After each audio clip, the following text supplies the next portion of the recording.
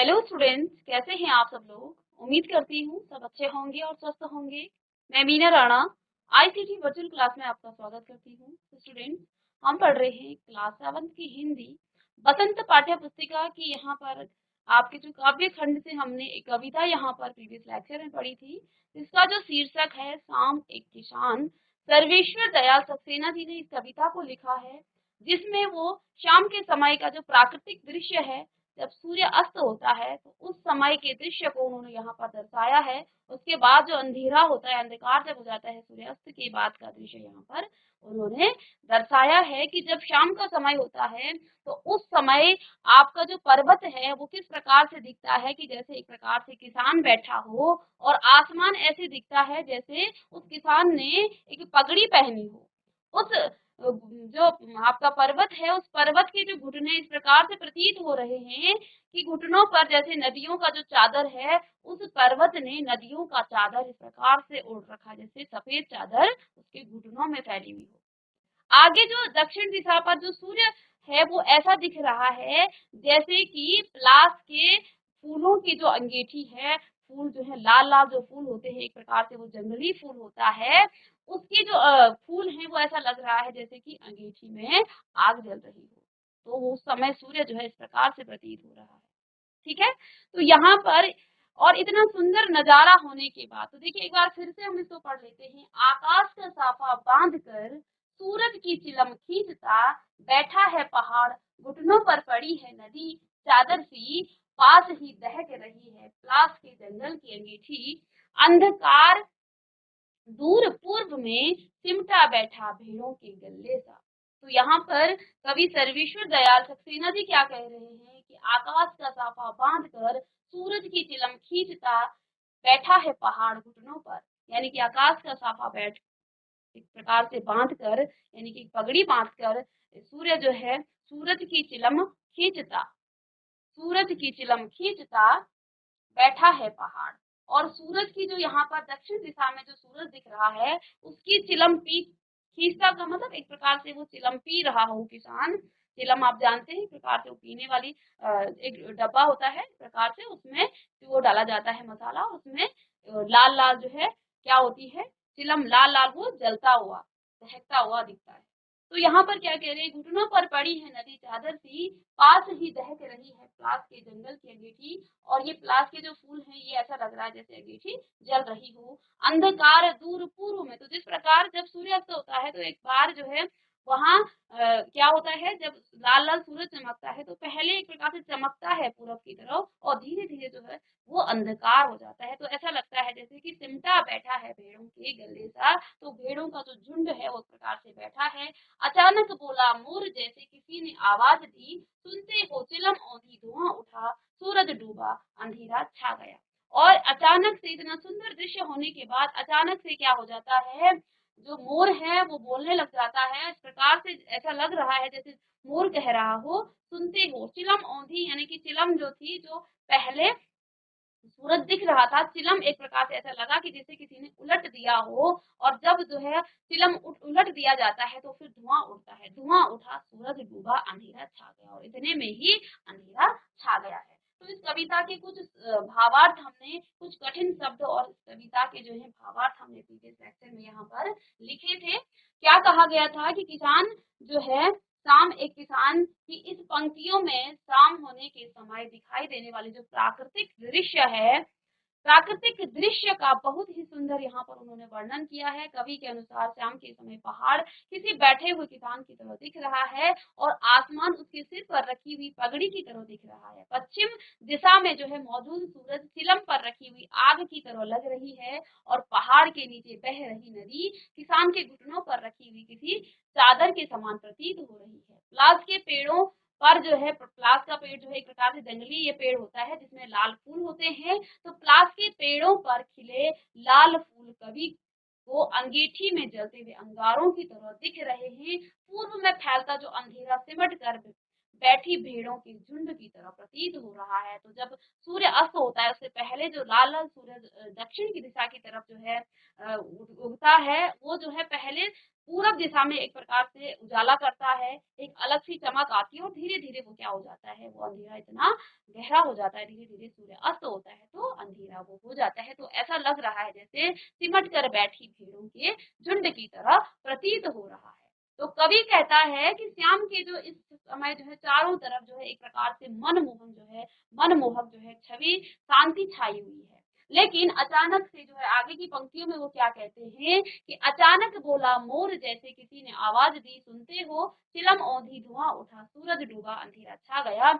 और यहाँ पर वो कह रहे हैं सर्वेश्वर दयाल सक्सेना जी क्या कह रहे हैं इन पंक्तियों में कि इस पद्यांश में वो मनोहर सन्नाटे के भंग होने का वर्णन करते हैं, यानी कि जो सुंदरता उस शाम के दृश्य में था, अब जो है उस वो जो है दृश्य भंग हो चुका है क्योंकि सूर्य अस्त हो गया है। तो मनोहर सन्नाटे के भंग होने का वर्णन किया गया है। चारों तरफ छाई शांति के बीच एकदम से एक मोर बोला। ठीक है, पहले एकदम से शांति छाई हुई थी, बहुत ही सुंदर नजारा था, लेकिन जो है एकदम से एक मोर बोला, अचानक से जो है एक मोर बोला और उस मोर की आवाज सुनकर ऐसा लगता है जैसे मानो कोई पुकार रहा हो, सुनते हो और फिर सारा दृश्य किसी घटना की में बदल जाता है, जैसे सूरज की चिलम किसी ने उलट दी हो, जिसके कारण जो है जलती हुई आग बुझने लग जाती है। तो जब हम किसी चिलम को क्या कर देते हैं, उलट देते हैं, तो आग जब बुझती है धुआं उठता है। यानी कि इसका मतलब यहाँ पर क्या है, बोलने का मतलब क्या है कि इतने सुंदर नजारे के बाद एकदम से क्या हो जाता है, सूर्य अस्त हो जाता है। ऐसा लगता है कि जैसे किसी ने वो चिलम उल्टी कर दी हो और धुआं वहां पर उठ गया हो, यानी कि सूर्य अस्त हो गया है कि अब जो है सूरज डूब चुका है और चारों तरफ जो है अंधेरा छा गया है। तो यहाँ पर कुछ कठिन शब्द थे जिनको आपने लिख लिया होगा। इसमें आपका अचानक हो गया, एकदम से, यकायक, इसका दो अर्थ होगा। औधी का मतलब क्या है, जिसका सिर या मुंह नीचे की ओर हो गया हो या पलट या उलट दिया गया हो, नीचे की ओर झुका होगा। ठीक है, तो इसको आप जल्दी से लिख लेंगे और आज हम इसके प्रश्न उत्तर आगे करेंगे।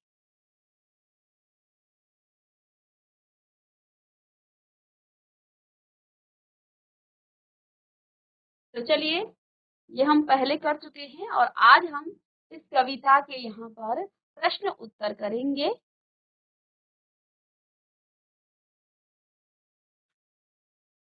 तो सबसे पहले देखिए यहाँ पर बहुविकल्पीय प्रश्न है, यह भी लिख लेंगे आप यहाँ, यह है ये। तो बहुविकल्पीय प्रश्न, तो शाम एक किसान कविता के रचयिता कौन है, इस कविता के लेखक कौन है, चलिए बताइए कौन है इस कविता के लेखक। चलिए आंसर करेंगे आप लोग, इस कविता के लेखक कौन है।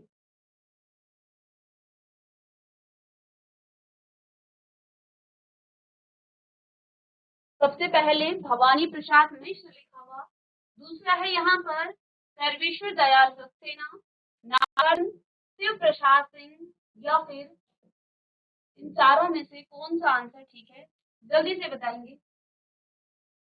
इस कविता के लेखक कौन है।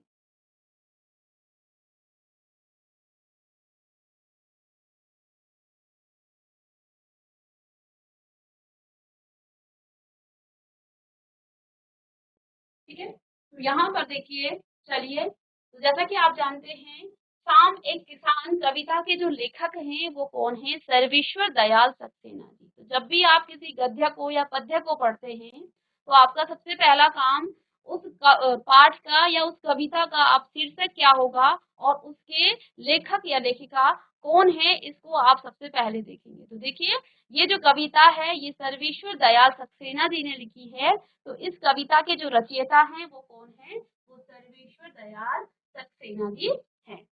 ठीक है, अब आगे देखिए, प्रश्न नंबर इसी का ख है प्रश्न का, इस बहुविकल्पी का।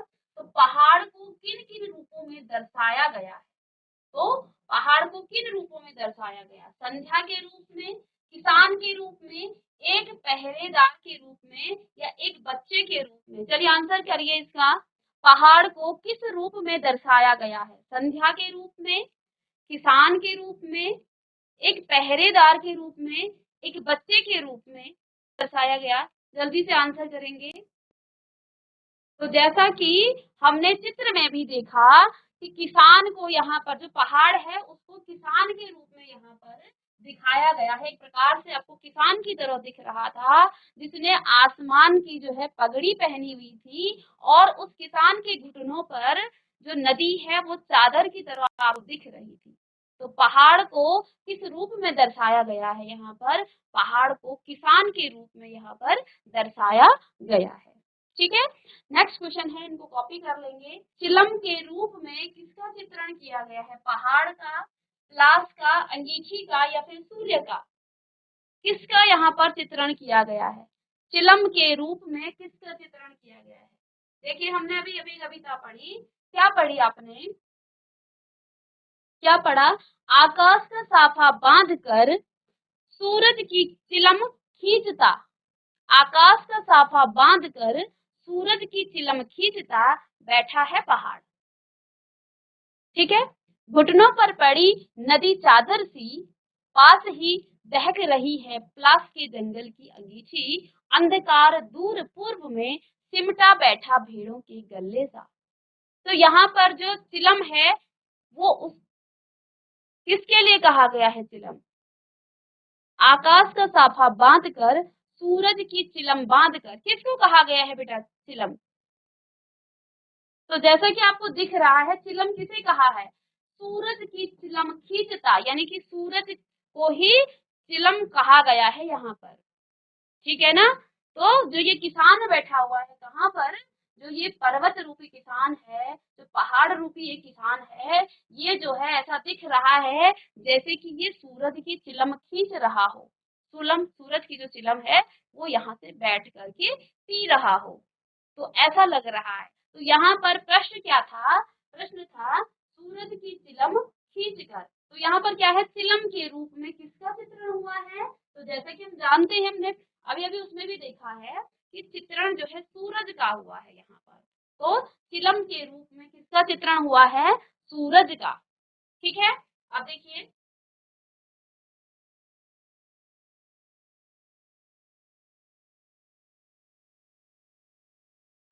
आगे यहाँ देखेंगे, पहाड़ के चरणों में बहती नदी किस रूप में दिखाई देती है? पहाड़ के चरणों में बहती नदी किस रूप में दिखाई देती है? चलिए, कौन आंसर करेगा? पहाड़ के चरणों में, पहाड़ के चरणों में बहती नदी किस रूप में दिखाई देती है? तो फिर से हम यहाँ पर कविता पर जाएंगे, और कविता में क्या यहाँ पर दिखाया है कि आकाश का साफा बांध कर सूरज की चिलम खींचता बैठा है पहाड़, घुटनों पर पड़ी है नदी चादर सी। तो किसकी घुटनों पर पड़ी है नदी चादर सी, पास ही दहक रही है। तो किसकी यहाँ पर देखिए क्या कहा गया है? प्रश्न क्या है? प्रश्न है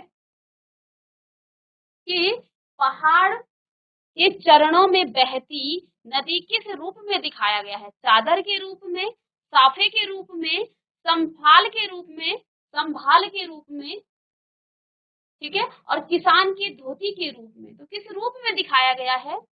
कोई बच्चा? जीआईसी कर्णवा थाल, जीआईसी कर्णवा थाल, आवाज आ रही है आपको? कोई बच्चा माइक ले लीजिए। किस रूप में यहाँ पर दिखाया गया है? पहाड़ के चरणों में बहती नदी किस रूप में दिखाई गई? चलिए बोलिए, आपकी आवाज हेलो आ मैम। रही है। हाँ जी बेटा, good morning. Good morning ma'am. Good morning बेटा, क्या नाम है आपका? Good morning ma'am. Good morning, क्या नाम है?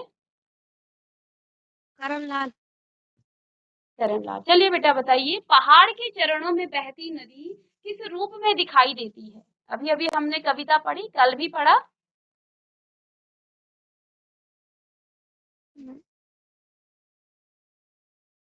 आप किस क्लास के हो? कौन सी क्लास के हो आप? मैम 7। 7th आप ही जाएंगे तो चलिए, हमने यहाँ पर शाम एक किसान पढ़ा। हम क्या पढ़ रहे हैं? आकाश का साफा बांधकर सूरज का चिलम खींचता बैठा है पहाड़, घुटनों पर पड़ी है नदी चादर सी। तो यहाँ पर जो आकाश है, देखिए बेटा ये पहाड़ है, इस पहाड़ को जो है कवि सर्वेश्वर दयाल जी क्या कह रहे हैं कि ये पहाड़ एक प्रकार से किसान, ऐसा महसूस हो रहा है जैसे कोई किसान बैठा है और इस किसान के ऊपर जो आकाश है, आसमान है, ऐसा लग रहा है आसमान ने इस किसान के सर पर जो है एक प्रकार से पगड़ी बांधी हुई है। ठीक है, इस किसान के ये घुटने ऐसे दिख रहे हैं, पहाड़ रूपी जो ये किसान है, और नदी ऐसा लग रहा है जैसे कि इसने एक सफेद चादर ओढ़ रखी हो अपने पाँव में। ठीक है, तो प्रश्न क्या है कि जो आप यहाँ पर प्रश्न है कि पहाड़ के चरणों में बहती नदी किस रूप में दिखाया है? चादर के रूप में, साफे के रूप में, संभाल के रूप में, रंगभाल के रूप में, या किसान के धोती के रूप में? किस रूप में? मैम चादर के रूप में। चादर के रूप में। चलिए बैठ जाएंगे बेटा। ठीक है, नेक्स्ट किसी और को दे दीजिए। कौन सी अंगीठी दहक रही है? कौन सी अंगीठी दहक रही है? नेक्स्ट किसी और को दे दीजिए बेटा, माइक ऑन कीजिए। Good morning ma'am. Good morning बेटा, क्या नाम है आपका? अक्षांश भट्ट। चलिए बेटा बताइए, यहाँ पर कौन सी अंगीठी दहक रही है? कोयले की, लकड़ी की, प्लास के जंगल की, या प्रकृति की? प्लास के जंगल की। वेरी गुड, प्लास के जंगल की, बहुत अच्छे, बैठ जाएंगे। चलिए नेक्स्ट बताइए, चिलम आंधी होना किस प्रकार प्रतीत है? चिलम आंधी होना किस प्रकार प्रतीत है? तो बताइए, नेक्स्ट किसी और को दे दीजिए।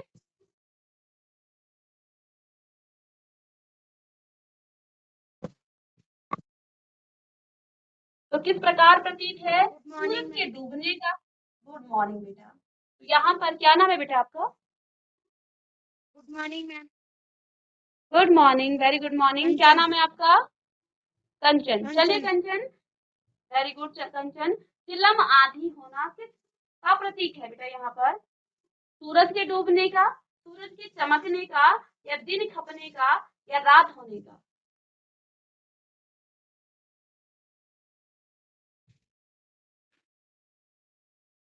कंचन, यहाँ पर कभी सर देख लेंगे पहले आप, मे बी आप कल की क्लास में नहीं थे, ठीक है ना? तो यहाँ पर हम कल की क्लास में इस कविता के भावार्थ को पढ़ चुके हैं, कविता के अर्थ को पढ़ चुके हैं, क्या ये कहना चाह रहे हैं।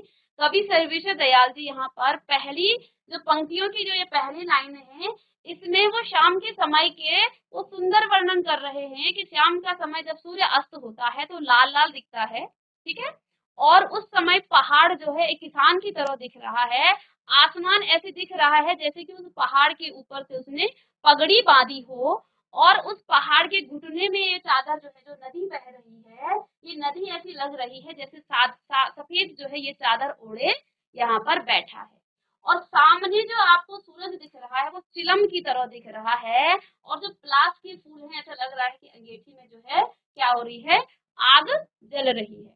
ठीक है, अब अचानक बोला मोर, जैसे किसी ने आवाज दी, सुनते हो चिलम औंधी, धुआं उठा, सूरज डूबा, अंधेरा छा गया। अचानक से, जैसे ही शाम के समय के बाद आप देखते हैं, अचानक से क्या हो जाता है, एकदम से रात हो जाती है, ज्यादा देर का समय नहीं रहता है जब सूरज लाल रहता है तो, ठीक है ना? तो अचानक से क्या हो जाता है, फिर अंधेरा हो जाता है। तो चिलम औंधी का मतलब यहाँ पर क्या है, धुआं उठा। ऐसा लगा कि जैसे वो चिलम जल रही थी और एकदम से उसको किसी ने उल्टा कर दिया हो, और जब चिलम उल्टा होता है तो धुआं उड़ता है। इसका तात्पर्य ये है कि उस समय जो है सूरज अस्त हो गया है, सूर्य अस्त हो गया है, तो सूरज जो है डूबा, अंधेरा छाया। तो क्या मतलब हुआ इसका बेटा? चिलम औंधी होने का मतलब क्या हुआ? कंचन, चलिए बताइए, अब तो अर्थ बता दिया। सूरज का डूबने। सूरज के डूबने से। चलिए सूरज के डूबने। ठीक है। भेड़ों के झुंड सा अंधकार कहाँ बैठा है। चलिए नेक्स्ट किसी को दे दीजिए बगल में। भेड़ों के झुंड सा अंधकार कहाँ बैठा है। पूरब दिशा में, उत्तर दिशा मॉर्निंग में। मैम। गुड मॉर्निंग बेटा, क्या नाम है बेटा आपका।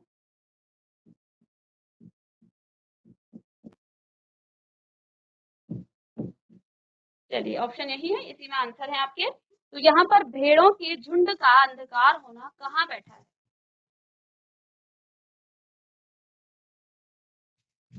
भेड़ों का झुंड सा अंधकार कहाँ बैठा है। Good morning ma'am. Good morning, क्या नाम है बेटा आपका। निशा। निशा। चलिए बेटा बताइए निशा।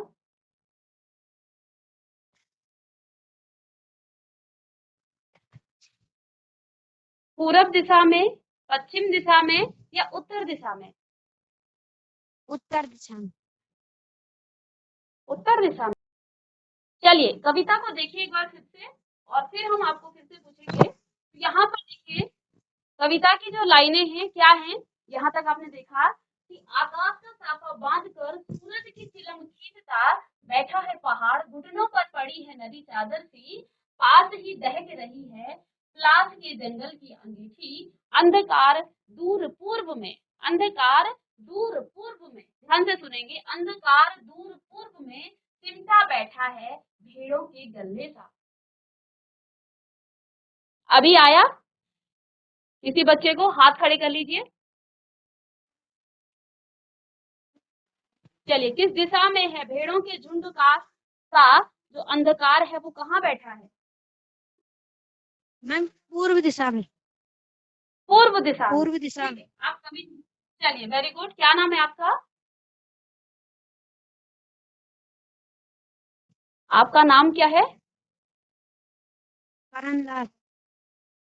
करणलाल, ठीक है। चलिए वेरी गुड बेटा, पूर्व दिशा में है। देखो पंक्तियों को आप बार बार पढ़िए।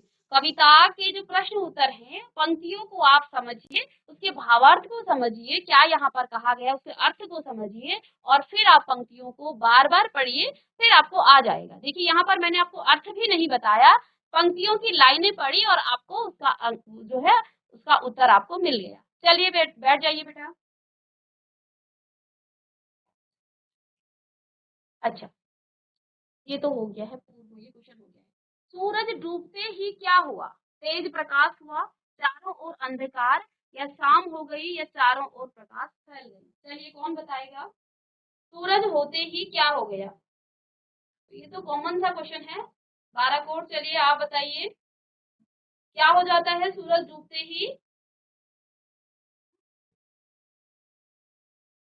तेज प्रकाश हो जाता है, चारों ओर अंधकार हो जाता है, शाम हो जाती है, या फिर चारों ओर प्रकाश फैल जाता है। क्या हो जाता है सूरज डूबते ही। आप माइक आप ऑन कर लीजिए बेटा। हाँ बोलिए। मैम चारों ओर अंधकार। मैम चारों ओर अंधकार। चारों ओर अंधकार। क्या नाम है आपका। आकांक्षा। आकांक्षा। अब आपके पीछे जो बॉय था, जो लड़का था, उसको आप माइक देंगे। आप माइक ले लीजिए बेटा। चलिए तो सूरज डूबते ही क्या हुआ, चारों ओर अंधकार हो गया। चलिए अब आगे कुछ और क्वेश्चन है यहाँ पर जो आपके अति लघु उत्तरीय हैं, ठीक है। अब यहाँ पर मैं आपको प्रश्न पूछती हूँ, कौन किस रूप में बैठा है बेटा इस कविता में। कौन किस रूप में बैठा है और कहाँ बैठा है। चलिए जीआईसी कर्णवा थाल, आप मुझे बताएंगे कौन किस रूप में बैठा है इस कविता में। कौन किस रूप में बैठा है, ये तो पिक्चर से ही आपको दिख रहा है। आकाश का साफा बांध कर। चलिए कौन पढ़ेगा इस कविता को, एक बार पढ़ लीजिए आप जोर से इन लाइनों को, यहाँ से यहाँ तक पढ़िए इसको। आकाश का सांपा बांधकर सूरज की चिलम खींचता बैठा है, पहाड़ घुटनों पर बेटा नहीं बैठा पड़ी है। है। बेटा। हाँ, बेटा नहीं बेटा, बैठा है। बैठा है। बेटा फिर है, बेटा है, बैठा है, घुटनों पर, पहाड़ घुटनों पर पड़ी है, नदी चादर सी पास सी दहक रही है, पलाश के जंगल की अंगीठी अंधकार दूर पूर्व में सिमट बैठा चिमटा है, बैठा है सिम- भेड़ों के सिमटा गले सा, बैठा है के भेड़ों के गोले सा, गले सा। तो कविता को आप इस तरह से नहीं पढ़ेंगे, ठीक है, अभी आप शुरू में पढ़ रहे हैं, आप इसकी प्रैक्टिस करेंगे घर में, ठीक है, बार बार पढ़ेंगे और कविता को थोड़ा सा लय में पढ़ना है, ठीक है। अभी आपने शुरू में पढ़ा, कोई नहीं, प्रैक्टिस करेंगे घर में, बार बार पढ़ेंगे तो फिर आपको आ जाएगा। आकाश का साफा बांध कर सूरज की चिलम खींचता, इस प्रकार से बोलेंगे, आकाश का साफा बांध कर सूरज की चिलम खींचता। लाइनों को इस प्रकार से लेंगे, बैठा है पहाड़, देखिए यहाँ पर आपको रुकना है, बैठा है पहाड़, घुटनों पर पड़ी है नदी चादर सी, पास ही दहक रही है प्लास के जंगल की अंगीठी। धीरे धीरे प्रैक्टिस करेंगे तो आ जाएगा आपको भी, ठीक है। अंधकार दूर पूर्व से में सिमटा बैठा है भेड़ों के गले सा, ठीक है। तो इस प्रकार से कविता को आप पढ़ेंगे और इसके अर्थ को भी लिखेंगे। मैं आपको भावार्थ भी लिखा चुकी हूँ प्रीवियस लेक्चर में, और यहाँ पर हमने आज इसके कुछ बहुविकल्पीय प्रश्न भी यहाँ पर किए हैं, ठीक है। तो मैं उम्मीद करती हूँ कि आपको समझ में आया होगा। आप घर में इस कविता को बार बार पढ़िए और कविता को लय में पढ़िए थोड़ा सा, ठीक है। धीरे धीरे आप प्रैक्टिस करेंगे तो आपको इसको लय में पढ़ना भी आ जाएगा। तो बैठ जाइए आप भी। तो मिलते हैं बच्चों नेक्स्ट लेक्चर में, तब तक के लिए thank you and have a nice day.